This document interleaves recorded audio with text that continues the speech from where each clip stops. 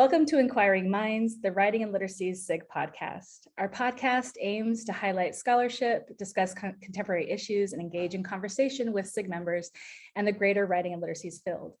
Through engaging in dialogue, we hope to ignite nationwide discussions amongst faculty and graduate students concerning topics that are timely and pertinent to the scholarship concerning the relationship between writing, literacies, and the broader field of education. Today's episode is one of what we hope will kick off a series with senior scholars in writing and literacies who are going to talk all things scholarship, writing, and publication process. My name is Anna Smith, and I am now the past chair of the Writing Literacies SIG and host for today's episode. Along with Leslie Noel and Sarah Jerasa from the Writing and Literacies SIG Graduate Student Board, we are here to support the technical aspects of the conversation on the back end. But we want to turn the conversational space over to Dr. Leigh Patel, Dr. Tasha Austin, and soon to be Dr. Christopher Rogers to continue a conversation that started on Twitter last year. Dr. Patel tweeted a GIF with actor Jason Momoa, who was saying finally at an awards event. And she wrote the message, "A paper I submitted in 2015 and have reworked twice was accepted today. This was in 2021. So Dr. Austin responded, "Congrats, and also as a PhD candidate, terrifying." And she included some appropriate emojis there. And Dr. Patel responded with some wisdom that I remember I actually took a note to, like a reflective question I wrote down afterwards. And she tweeted back, "Thank you, and please don't be too terrified. While reviews took a while and I was trying to do too much in one piece, it needed to be reworked a few times.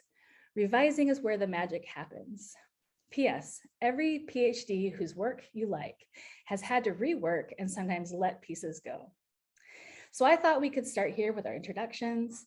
Can each of you tell us a little bit about yourself and your work and something you are currently revising, or in other words, working magic on in your scholarship? Then we'll see where the conversation takes us.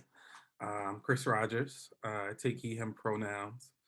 I'm currently located in Philadelphia, otherwise known as the occupied lands of Lenape-Hoking.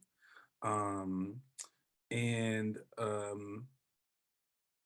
do a number of different things in terms of my dissertation or graduate school work. I am a doctoral candidate in reading, writing, and literacy, where I study Black storytelling practices in West Philadelphia. I am currently finishing up data collection and about to head into this writing forest and see how it all comes together. I think in terms of, working on revision, I feel like the question that is really top of mind for me this morning is about, and Dr. Patel's here, so like answerability, right? Thinking about how to orient the type of writing and work and the stories that I've collected for over the past 6 to 8 months, and the type of platform that a dissertation allows, and thinking like, who am I writing to in this thing? It's just and what am I trying to tell them at the end of this? I don't know. Maybe I'm searching for the exit strategy on the way in, but I want to be able to see it. So in terms of what I'm working on is trying to see a way through this thing, and knowing that it twists and turns, but at least you have an idea of what your intention is when you go in. So really grateful to be here with you all, and really grateful for the conversation, and thanks for having me. I'll jump in after you, Chris. Thank you so much, Anna, for inviting me, for putting this together, for lurking on that exchange, being a part of that Twitter exchange. Like I always say, I went to Twitter University, so I really put myself out there when I answered Dr. Patel. That was like really, really me. So just thank you for picking up on that. I am Tasha Austin. I am the incoming assistant professor of teacher education, languages education, and multilingualism at SUNY Buffalo, the Graduate School of Education. I'm actually graduating in a week and change with, thank you, with a PhD. focused on language education, actually, and my research is really looking at the manifestations of anti-Blackness in language education. And so I did the 3-paper route. So in terms of what I'm revising, one of my papers was recently published, but a second one has been under review, and I'm in that back and forth right now. But it's actually a beautiful process. I've never seen this before, where I was actually assigned a mentor during the revision process. So it's probably the most idyllic experience I could ever describe, to have a senior scholar ask me about, like, would I really want this paper to do, when so much of, like, at least how I felt in the doctoral candidate phase was like, churn them out and get out of here. I was very much like, I got to get out of here, not to rush, but to make sure that I wasn't, I guess, following all the threads. I always say, like, I'm a kite who needs a string.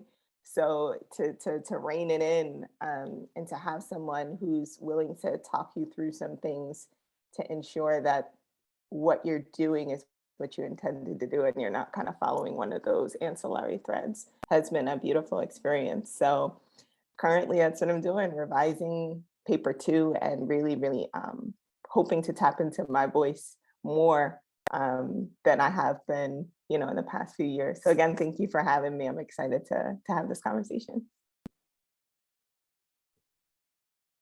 I'll jump in. Thank you all. Thank you, Sarah and Leslie, for the work that you're doing as graduate students, and for this gathering. Thank you. Anna, what do you prefer? Anna? Either one works, but usually Anna. Thank you, Anna, for organizing this and bringing us all together. My name is Leigh Patel, and it's truly a pleasure to be in dialogue with Chris, who I've been able to be in dialogue with a few times. Leslie, it's wonderful to meet you, and Sarah and Tasha. What a joy to meet you, and I'm excited to talk with you a bit more. So I think a couple of things that might be helpful just at this point to mention in terms of me and my relationship to writing is, it wasn't until I started being in a writing group, which we kept calling a group, even though there was 2 of us, but we called it a group because the group ethos just felt better, like, oh, we're like writing partners, because it felt more like a group, with a person whose name is Wayne Rhodes. And I got to unlearn so much of the ways that writing is taught. I got to unlearn the ways that writing is marked, sometimes in red ink. It doesn't have to be red to communicate no. And I got to unlearn, Tasha, thinking about what you were saying, I got to unlearn this rush of product. And that unlearning just created space for me to, write things like nobody was ever going to read it. And then go back to it, and sometimes write things and go back to the writing and be really surprised at, like, oh, wow, this part here. Oh, I got to start with that part. I thought I was going to lead up to that, but I'm going to start with that part. So in other words, I've been able, because of that unlearning that Wayne Rhodes helped me so much with, because he's a composition professor. And it's important to mention also that he is in one of the most liminal spaces in the academy. He's a clinical appointed person who has been teaching first generation young people in Boston for decades how to unlearn their relationships with schooled writing, and relearn writing as a way of thinking, writing as a way of relating. So I show up this morning in gratitude for being in that writing group that we still try to make sometimes. It's not quite the same as getting together every Friday afternoon on a porch and responding to each other's writing, and then talking about life and everything. So thrilled to be here. It's a little bit of my story with unlearning how awfully writing was taught to me. I love that line, right? Like no one. would read it. And I was thinking how freeing that would be, that I'm not writing for, right, to try to get this published here. I'm going to write what needs to be said in this moment, or what I feel. I thought that was quite, I wrote that one down. I'm taking that one away for already today. How did you come to that? Was that through conversations? Is that something that you've just kind of held with you, that idea? I should know better. I should be able to remember better. I'm sure there were a few different people who advised me to do that. But it was also something I can connect to something to Tasha you said as well. Early on, something that helped early on in like the academy, because let me backtrack a second, bring in another thing. So I majored in print journalism as an undergraduate. And when I found myself in a doctoral program, because I didn't intend to do that at all, didn't intend this professor thing at all. My journalism, my journalism, just this scrubby little program that I went to that was wonderful. The ways that most writing happens in the academy would horrify most journalists, because like, oh my God, I can hear my journalism professors saying like, you're such a bad writer that you have to tell your readers what you're going to say and then signpost it and then summarize it. You're such a bad writer that you have to do this. So some of it comes from that, but the writing like nobody's going to read it, really that is part of being in this writing group with Wayne. And, he'd ask me from time to time, and I would ask him from time to time, like, who is it that you're writing to? But we'd also ask each other, like, have you figured out what you think about this yet? Because so writing is a way of thinking, and writing is an outlet. So writing like nobody's ever going to read it is partially to, yes, speak the truth, but also to figure out like, what do I think about this? And I don't really want to process this publicly. And that might be something to add right now as we think about how the three of us got connected on social media, is maybe not process everything publicly and maybe write it for yourself and, then tweet or IG about it. So yeah, I think that's where that comes from, and a couple other things I threw in. Let me be quiet for a while.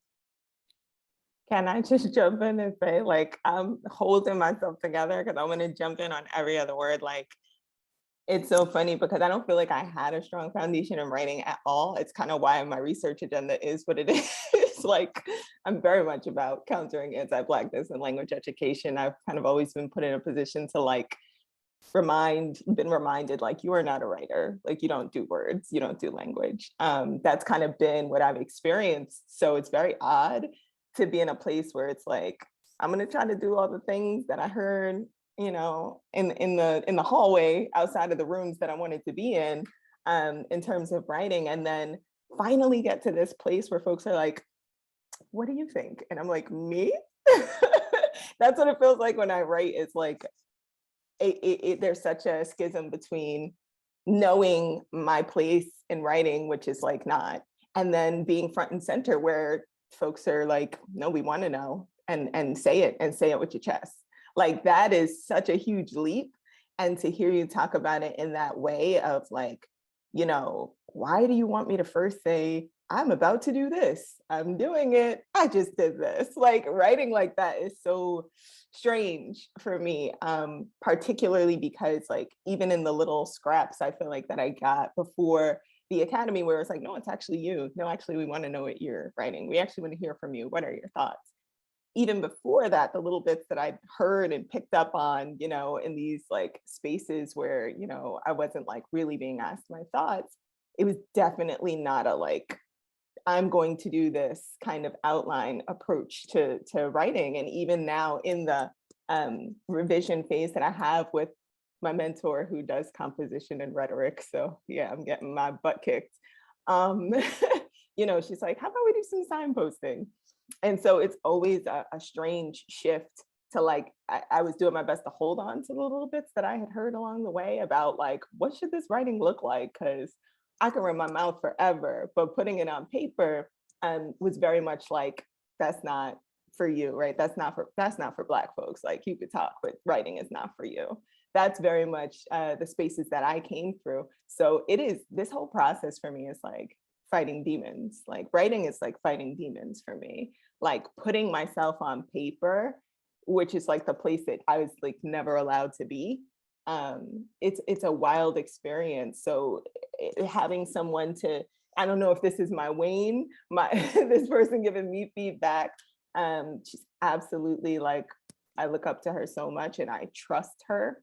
I think almost trust might be what it takes to coax my thoughts out of me in the way that maybe they used to be, right? Maybe before all the red penning that you talked about, because red penning like happens on paper, it happens verbally, it happens in so many ways. We get red penned enough that we begin to red pen ourselves. So I feel like maybe I've constructed some walls and boundaries for myself that maybe they're not there anymore for where I am professionally. Like, maybe I can actually give it a go, but I'm so used to the walls, I might be reconstructing them myself.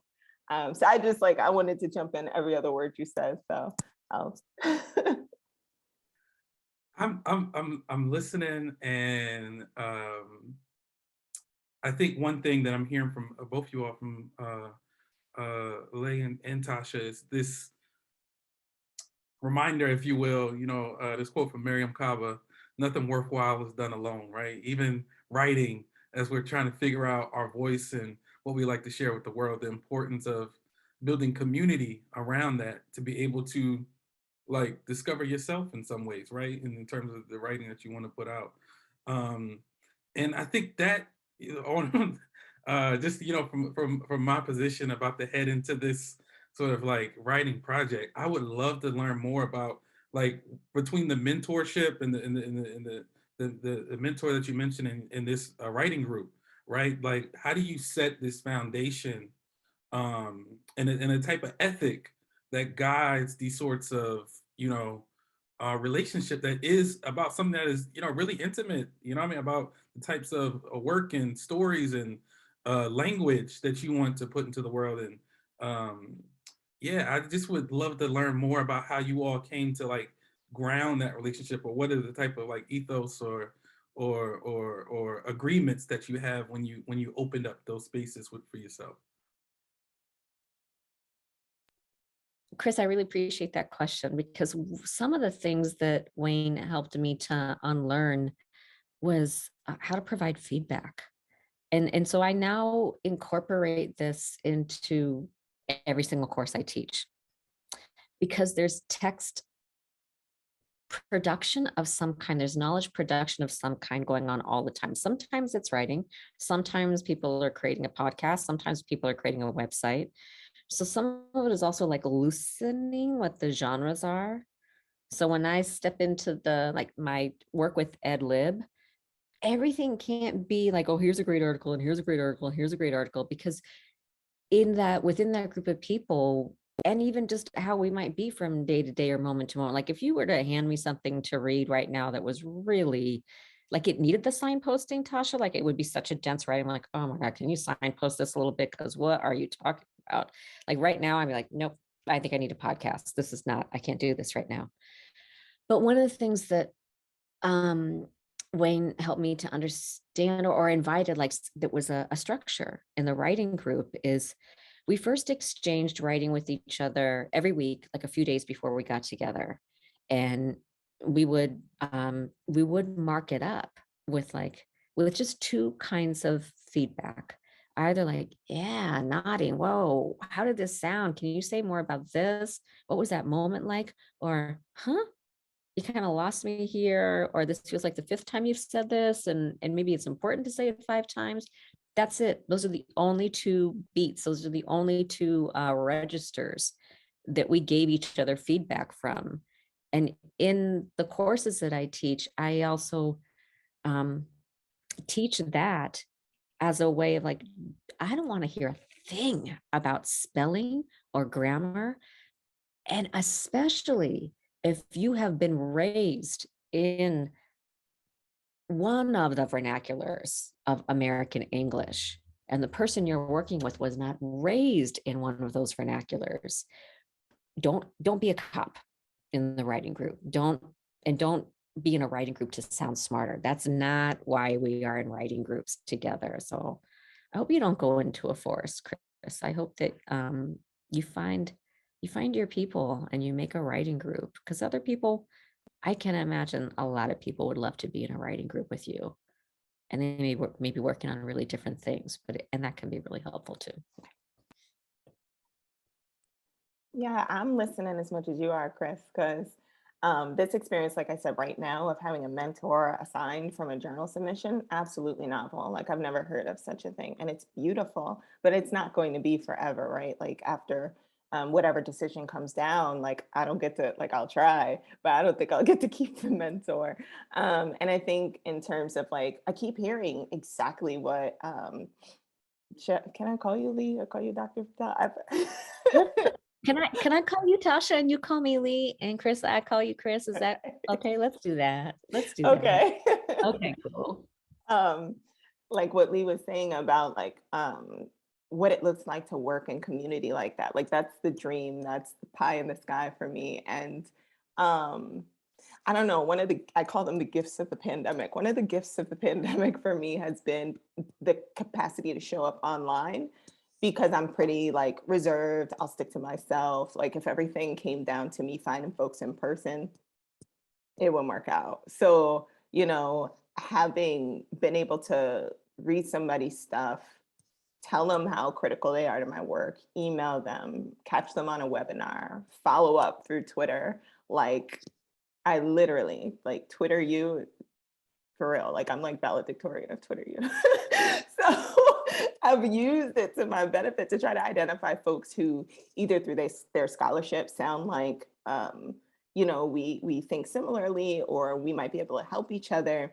Not everybody responds. Not everybody is that person, but every now and then through that type of connection, I'll come across someone who, at least for a time, maybe for like an exchange or two, will be a person who's willing to like converse with me. And the most helpful people for me have been folks outside of my discipline. So like probably this paper I'm revising right now has been most enhanced by a political scientist who I follow, who just like, I am just in awe of everything she does. And it shifted where my entire dissertation was going just to follow her and get into her work. And she just so happened to be one of those people who was willing to say, yeah, let's jump on a Zoom call, and was very giving of her time. Other folks, and this is no shade to anybody, like they didn't respond, or they didn't have time, or they didn't find my work aligned. And so it didn't go in that direction, but that's goals. Like I want to have a community like that too, Chris. So like, we'll figure it out together. I think it's really like, give me pushback on this if I'm wrong. Like, I feel like it's not too hard to make a writing group. I don't think it's hard. I don't think it's difficult. I do think, the difficulty obviously wouldn't be the beginning of it. It would be the sustaining of it, right? If in terms of, that commitment to one another and the commitment to one another's, process. I feel the challenge of the writing group is also the challenge of, are we shooting at the same basket? I think I heard Jay-Z say. In terms of, like, for example, I am certainly situated currently in literacy studies, but I also run a museum that is, based, that is both a museum that is based in Black studies and Black history, and a Pan-African history. While also it's a community center that is like meeting the community where they are. So the type of language, the type of approach, I like my work to one, be in conversation with what I feel like the best the genealogies of Black studies, but also challenging the sort of line of you say access, if you will, right? Of like, I want to be able at the same time, our building is located right on the 21 bus stop. And I do have a feeling about myself that yes, I want there to be depth. I want there to be a genealogy. I want there to be history in it. But also, I want to be able to go to the bus stop and if somebody asks me what I'm doing, I want to be able to have a conversation with them. And I feel like that both depth of study, I think one of the things that challenges me in education is always like, yo, do y'all recognize we in a cycle of like some of these ideas, they're coming back with new names, but we've been here before. And somehow like we leave people out. And okay, I don't want to get too far in that. But I feel like there's just a sense of responsibility. And I think particularly in like this organizing sort of like space that I'm in Philly, of like, yo, if you're gonna show up, you gotta show up in a particular way. And trying to find a community of folks that is like, that understands the importance of that, right? And the importance of that community aspect to it, and not just the institutional or disciplinary aspect to it, has been the challenge for me. And you know, I'm someone who's, I mean, I might go in a day, just like on my table now, you got Colson Whitehead, Cedric Robinson, Barbara Ransby, Ashawn Crawley, like I'm sort of all between all these different people. And I'm like, but there's something in, yes, but there's something in each of these that I'm trying to pull together and trying to find a community that is also, you know, listening to the same rhythms and part of that same music, right? And it's trying to figure it out.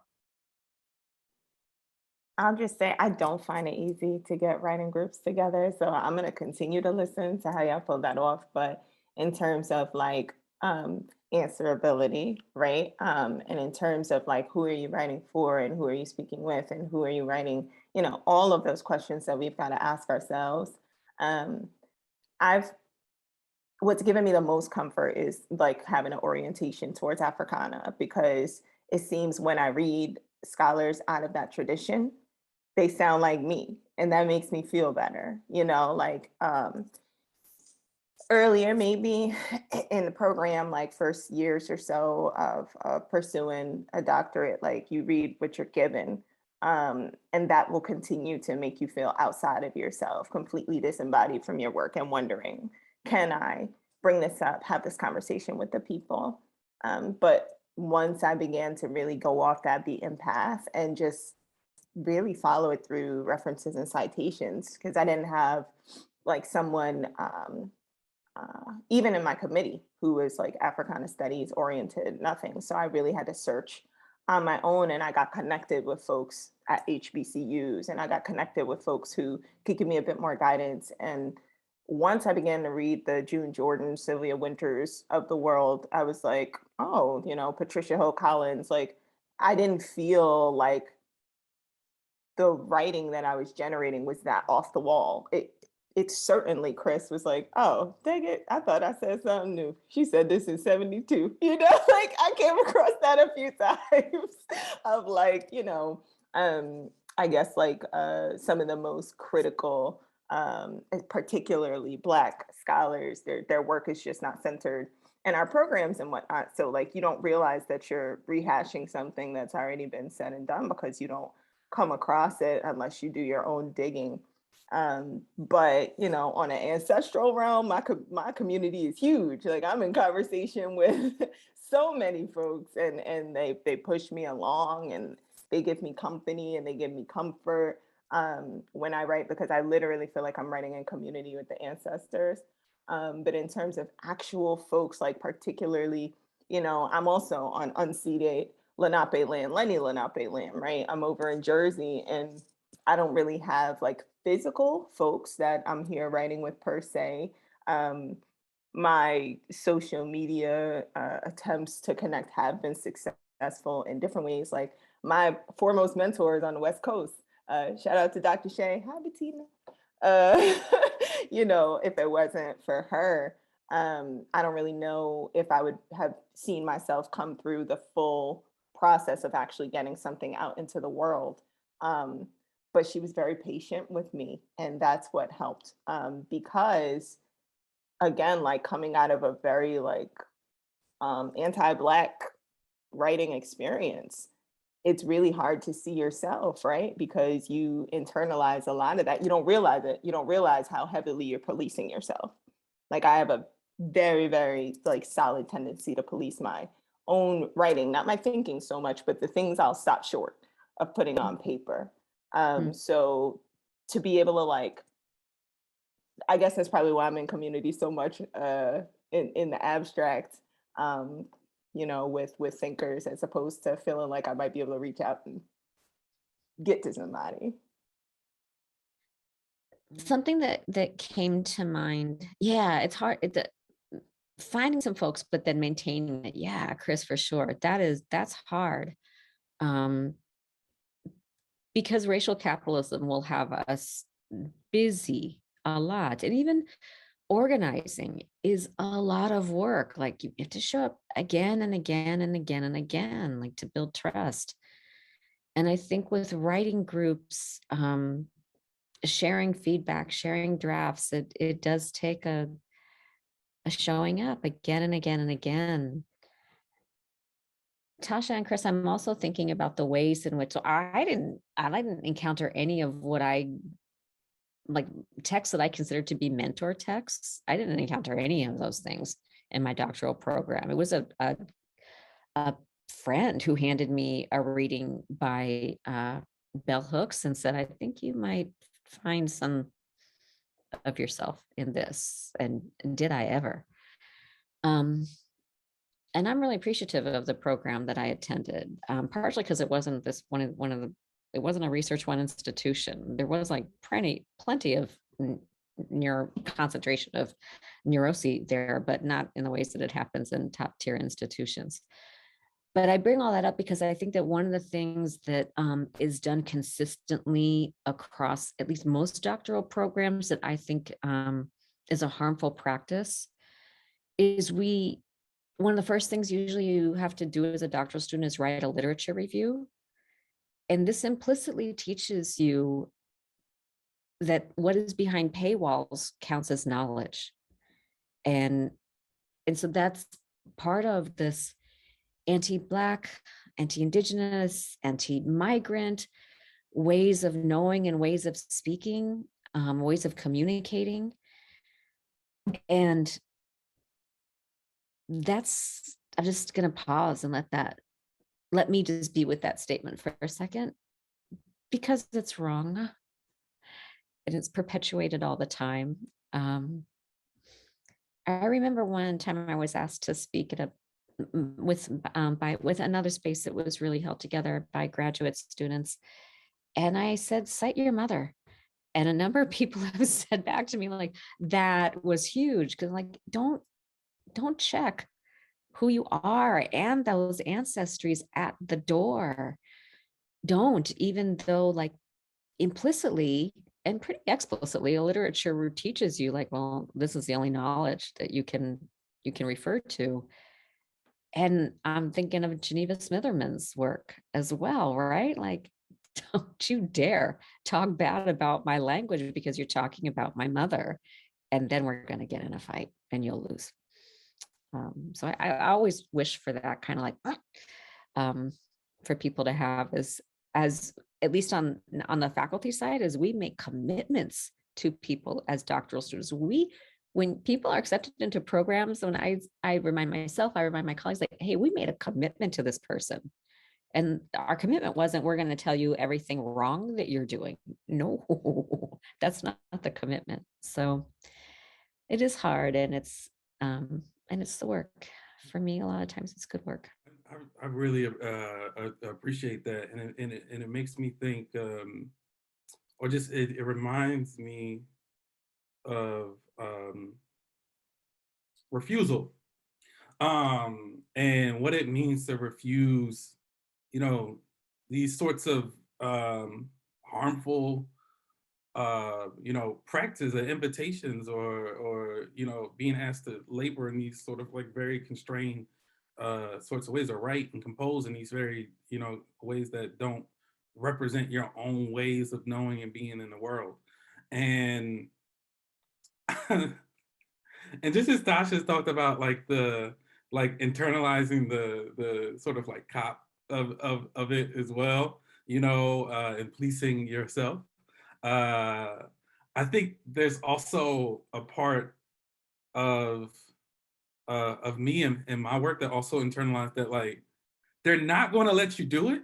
So in order to do what you want to do, in order to cite your mother, you have to find the folks that have been legitimized or have been accepted in order to give one permission to do such a thing. And in that, I kind of really got obsessed with that too, a lot too, because I realized, like you're talking about, like, there's nothing new under the sun. Oh, there's people out here who have done everything that you want to do and that you want to approach within the world, and have been, in some ways celebrated for it, or made infamous for it. And I get obsessed, and that's why I sort of like live in bookstores and live in libraries, and it's because I'm like, oh, you saying I can't go this way, or I can't, write about my experience using this type of lines, but look at, like you said, look at Dr. Smitherman. Look at, these people who have given us permission. I think someone who's a near peer to me is like Dr. Stephanie Tolliver, and her work in darkened story work, and and talking with her in person is also about the type of, the pain and the rejection, and the type of just BS that she had to go through to be able to do such a thing and come out the other side. And now I'm starting to feel the sort of like, we always needed this. And I'm like, and even she's like, y'all weren't telling me that when I was doing it. So like, in some ways it's like this leap of faith that you make, but I always sort of, am challenged by like just educating that, right? And saying that like, there is a community of ancestors, right, that are influencing where I'm going. And I want to know that, and I want to be recognized in that. In some ways, the challenge of, I always, I don't think there's a way around. I don't think there's a shortcut. Like the reward for good work is going to be more work. So you got to be willing to do that building to kind of get around these colonizing as writing practices that we come through in the academy.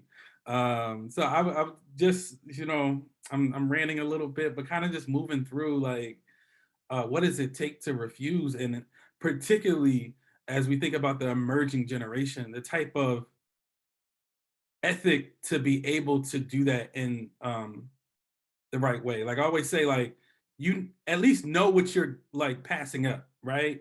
Or in some ways you should be sort of saying like, I don't want to be part of that. Why don't you want to be a part of that? And being able to articulate that is also incredibly important. And I feel like, if we're naming names, that's Lily Hill. That's my grandmother all day. Like I have my grandmother's spirit, and I hadn't seen her in 15 years, and I went to see her this year, and I was like, my God, like I was just so grateful to recognize that had come down those generations, like from Mississippi to Chicago to Jersey. And I say that because the refusal costs, right? So like my grandmother had to stop school at 12, even though she was in the 8th grade, because she was brilliant. And she had to work, and she knew her worth, she knows her worth, and she just took that refusal into the workforce. And she told me stories about, they wanted me to do 3 people's jobs. And I said, no. And I said, what happened, Grandma?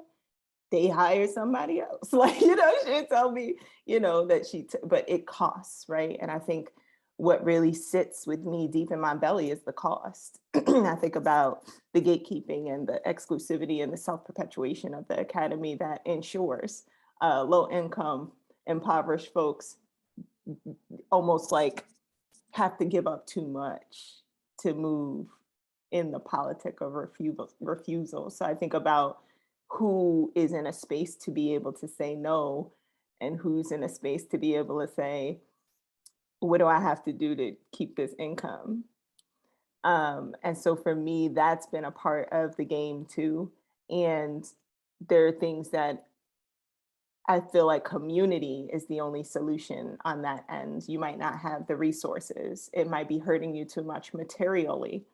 But if you have community, you might be able to still forge ahead in refusing things that you know are actually deleterious, but being able to progress in a way that's not going to put you in financial precarity. Like that is something that's very real um, for, I guess, a number of people, but you don't hear it as much.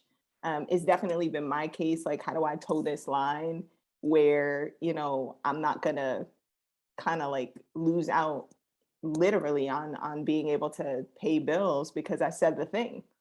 So there's like this level to it that makes me want to continue in the incredible traditions of folks who are like, I'm doing it anyway. But I feel deep in my spirit, and even in the ways that I see folks contemporarily, like they got a squad, like somebody's holding them down to be able to move this way, because that is the function, right, of this system, where it's like you're going to walk within these lines or you're not going to be invited back. So I feel like it's still coming back to the same question of like, how do you find those folks and how do you forge that community? Because community will take you where capital can't. Right. So like, and I definitely don't have let me get into the discussion of capitals. I just loathe the way that word is used in the social sciences anyway. But in a material way, I don't feel like many of us who have the more critical perspectives have the actual material capital to be able to say, well, I'm doing it and I don't care what the consequence is. But doing it together may be the only thing that shields us in ways that helps us to continue ahead. We need company for all of this. The mentor texts, the human beings who are mentors. Yeah, there is a cost of refusal. There is a cost of speaking truth. I'm thinking about like an open statement that I wrote to Boston College when I left, and because I was like, okay, you thought I magically could make students protest? Let me get out my sharpened pen, as Zora Neale Hurston taught me to do. And talking about genealogies and critical genealogies, as both of you have brought up, and I appreciate the ways you brought it up, I feel like that's part of our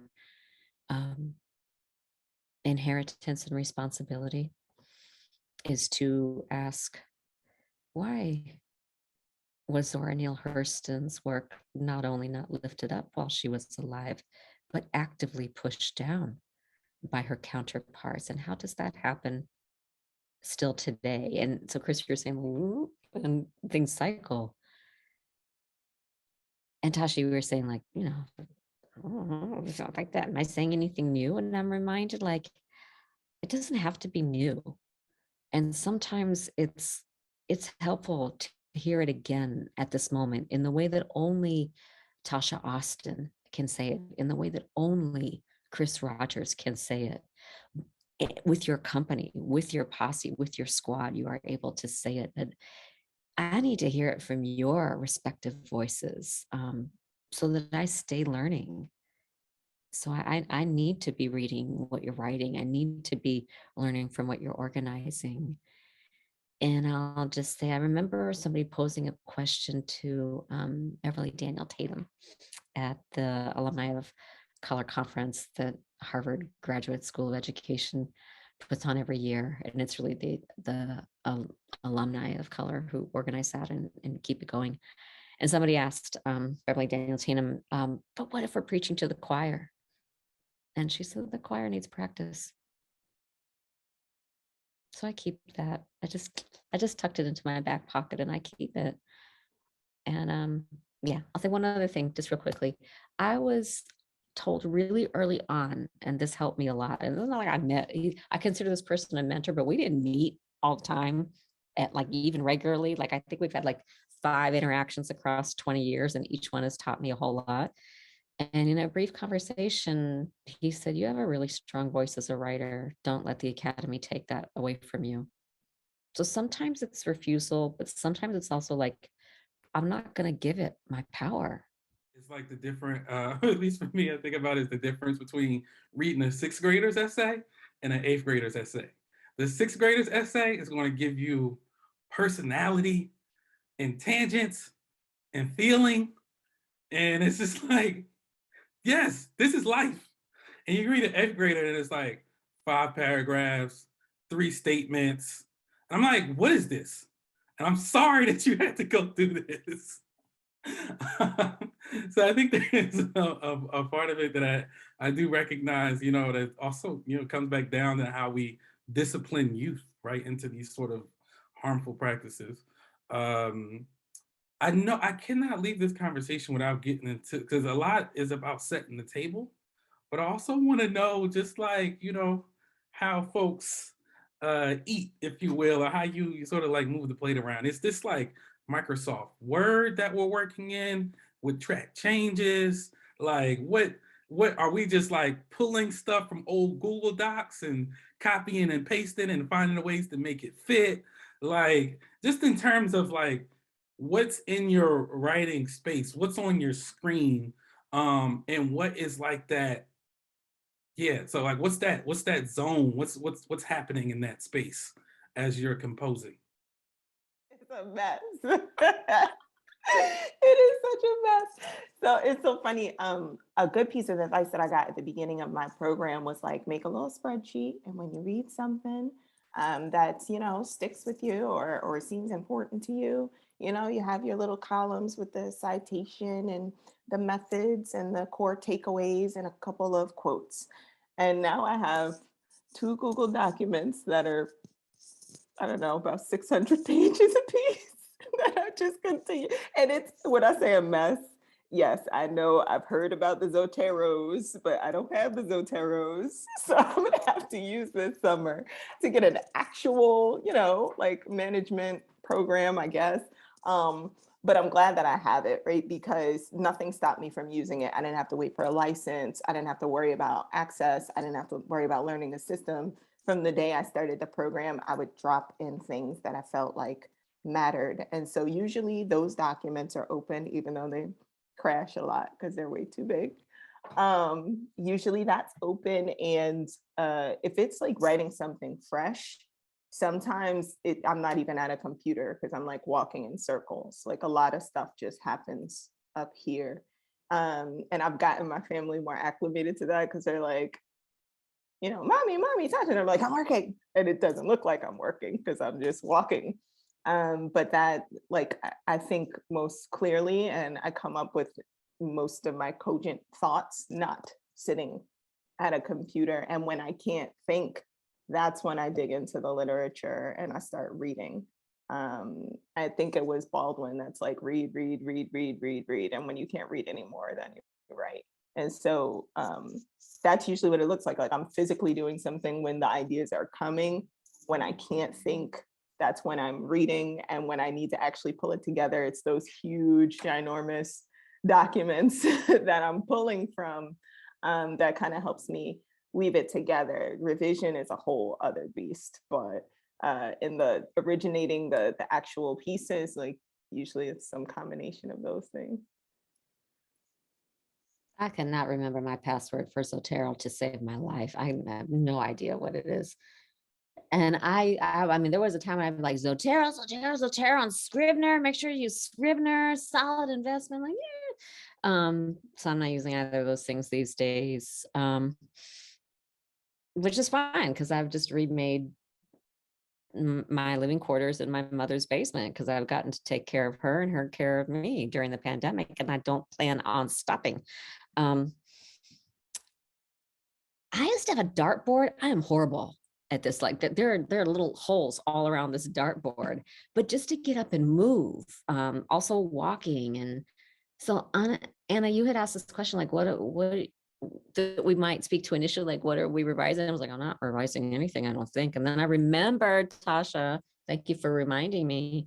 Oh yeah, I've been thinking a lot about, should we put into hospice this flattened practice of positionality statements, or should we actually, that's the thing I've been revising in my head. Then I've been able to think with Katy del Rios about that, and that's a gift in my life. So that's the mess. That's my mess, Chris. That's how it looks right now. It's like, I don't have a dartboard anymore, but I go for walks and I scribble things down. It's all over the place. And sometimes I'm like, oh yeah, I was thinking about this. And yeah.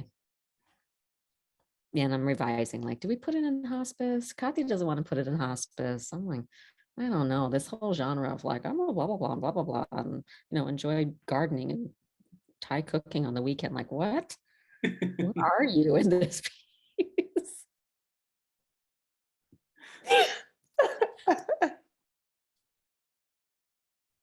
I love that because it reminds me of just like all the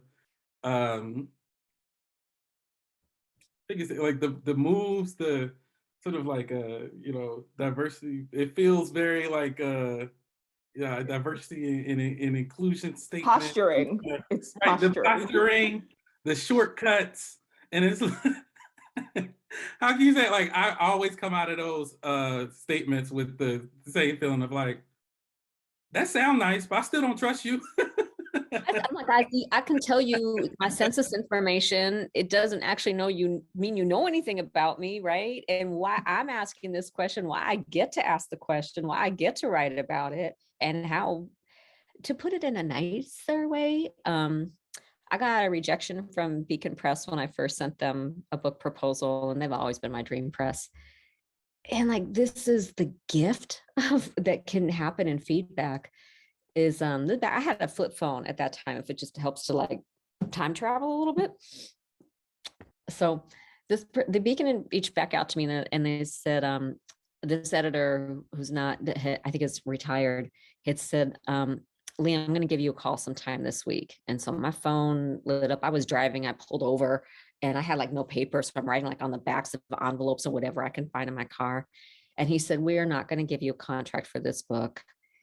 And he continued to tell me things for about 20 minutes, and it has helped me so much. He said, we're not going to give you a contract.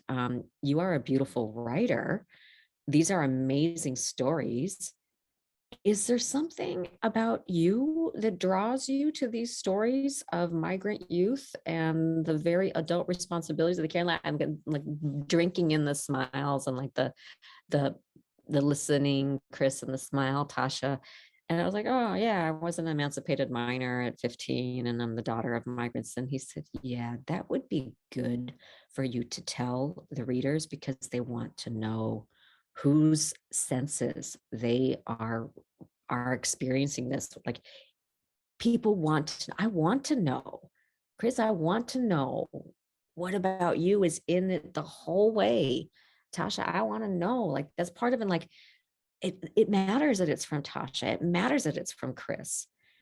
So yeah, I mostly want to put those things into hospice and have it be like all the way through how like people were. Anyway, I'll say this last thing. With Gloria Anzaldúa, like Borderlands, like that entire book is about positionality. So where's the positionality statement? And like, it's the book, the whole book. Patricia Hill Collins, every single book. Thank you both for saying that, just for thinking about how do you do it, and then where are you in it. That's my forever fight. That's the mentor, the mysterious mentor I keep speaking about is the inimitable April Baker Bell, who like is the perfect person to have me take 3 seats. She had me sit down, all the way down, right? Because she was able to say, where are you? Because in talking to her, I was front and center. And in reading my paper, she was like, where'd Tasha go? So this is definitely a confirmation. I appreciate y'all so much just for kind of grounding this whole conversation that way, because this is a space I'm still in. I'm in the middle of revising this, and it is a piece that's very much about my experience, but I don't really put that in there. So I appreciate it because it's hard. It's hard to come back to yourself when the whole institutional process is about disembodying you. It's quite a journey back to self. So I appreciate so much hearing this, for real. I mean, one of my, final thoughts, or where I find my sort of like space in even, entering into this conversation has been about, yeah, it has been about community, but it's also about like claiming our, permission to do the type of writing that we feel in our hearts. And I as I came through this academic process, I do see people who are like tenured senior scholars who are like risking, like you read their writing and it's like, this feels like them, you know?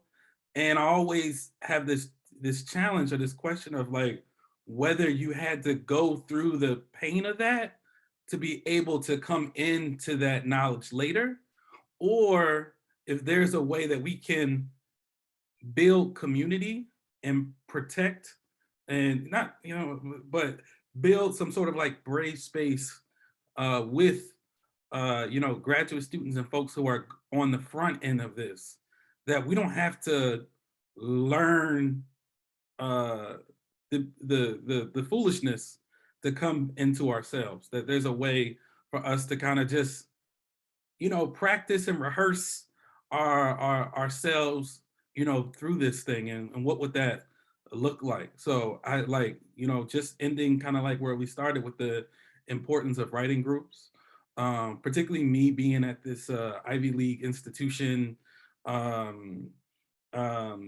this, way of like, is in some ways, because I'm at Penn, they sort of like open up and you say, yo, you can do whatever and think and go. And one, it's a lie, but two, it's also, I think, something that is unevenly sort of distributed across our higher education system, in terms of just like, when I was at Cheney, I was a graduate student at Cheney, it was like, this is the Danielson teaching framework and you need to know how to pass the Danielson teaching framework. And I'm like, there's so much more in our world than this. But in some ways they were saying, this is what the state wants to see from you. And you need to be able, so knowing the cost, right? Knowing the cost of that refusal is also, important to the community building. So I guess I'll end by saying that, I'm very open. Anyone can find me online on Twitter, just maybe Chris, or on Instagram. I'm definitely open to kind of continue this conversation about what is the type of work that we want to put out into the world, and how we want our voices to really resonate within that, and the type of, echoing of our ancestors, and the type of freedom lines and sentences and life-giving traditions that we want to bring with us. I don't think I'll ever be done with that. Kiese Layman has an amazing talk about revision, and that it's this always life-going process. And I just want to stay in it, and looking for people to join in that whirlwind with. So I'm open, and maybe Tasha will talk some more too about what this, looks like. I'm very clear that this is the beginning of something for me. Like, I know I'm walking into a role, but, similar to what you said, Chris, like this R1 experience has been very, very isolating as a doctoral student, doctoral candidate. And now it's like, it's never been more clear that community is up to me. And so because community is up to me, it's a non-negotiable. So I continue to reach out. I've gotten a few folks. I named Bettina, one of the first people to write with me was Dr. Keisha Porcher. Like, these folks, if they didn't put their foot in the door for me to wiggle just a little bit in, like, I wouldn't even be having this conversation with you to begin with. And so recognizing that community also probably has layers, And like, just for me to recognize that, right? Because I try to latch on and people are like, whoa, I got other things to do. But there have been folks who have been able to do just one thing or just make a connection. And for those of us who are seeking community, I think it's just settling into my spirit today, just recognize that it looks different and different people have different levels of capacity because of the way that, you know, Black, Indigenous, racially minoritized folks in the academy are overtaxed. They don't have all the same capacity. So if they're not able to kind of just sit and be your person, your forever person, just to kind of recognize that and be okay with that. And the constant stitching together of community is also going to be on those of us seeking it. So, you know, I feel like just listening to you all was really helpful to me in remembering that. If I look back over my years, there might have only been a person who said, read this, and I never heard from them again. But when I went to read it, like that person that told me to read June Jordan, changed my life. So, you know, for sure, I want to stay in touch. I'm only on Twitter. That's my, look, I'm a dinosaur. Don't be fooled. Just because I show up on Twitter, that's the only place I am. I ain't got Instagram or nothing, but, you know, I would love to just be connected with folks who are committed to doing this authentically and to like Sankofa all day, like pulling folks along with us. Because if it's not us, then what's the point? Chris, you were saying like senior tenure, and I was like, oh, I guess that's me. I think one of the ways I've been able to not be curdled by the academy is I've always been like, I can just leave. And it's like a fantasy that's not actually true. I've told myself, because I'm like, I'll just go back to teaching 7th grade. It's fine. There's no way that's happening. I do not get up at that hour of the day anymore. And if I do, I can't like make words and things. But was a really productive and remains a really productive. It's not 7th grade, I say now teaching, but I say other things like I can do something else besides this. And it just helps to keep at bay. Like, oh, I gotta do this. Like, because if I buy into all I gotta do this, that's how I lose sight of myself. That's how I lose sense of myself.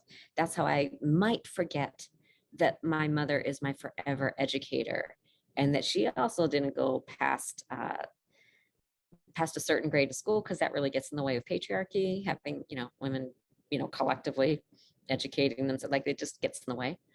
So yeah, I think having productive fictions can very much help in not letting the academy dictate who you are, because it doesn't get to. I know it can, and it leaves marks, but whatever strategies that help you. For me, it was having some really productive fictions about like, I'll just leave. I'll just go back to teaching 7th grade. It's fine. But this has been a blessing. This has been amazing. Thank you so much for letting me be with you all today. Thank you all. I can feel why our graduate students at our year before last business meeting had asked for a space like this. Because it isn't just about, you know, do you use Word document and track changes, although it is, but contextualizing that right within the realities of that of our histories and our futures, I think has been really powerful for me. So thank you, each of you.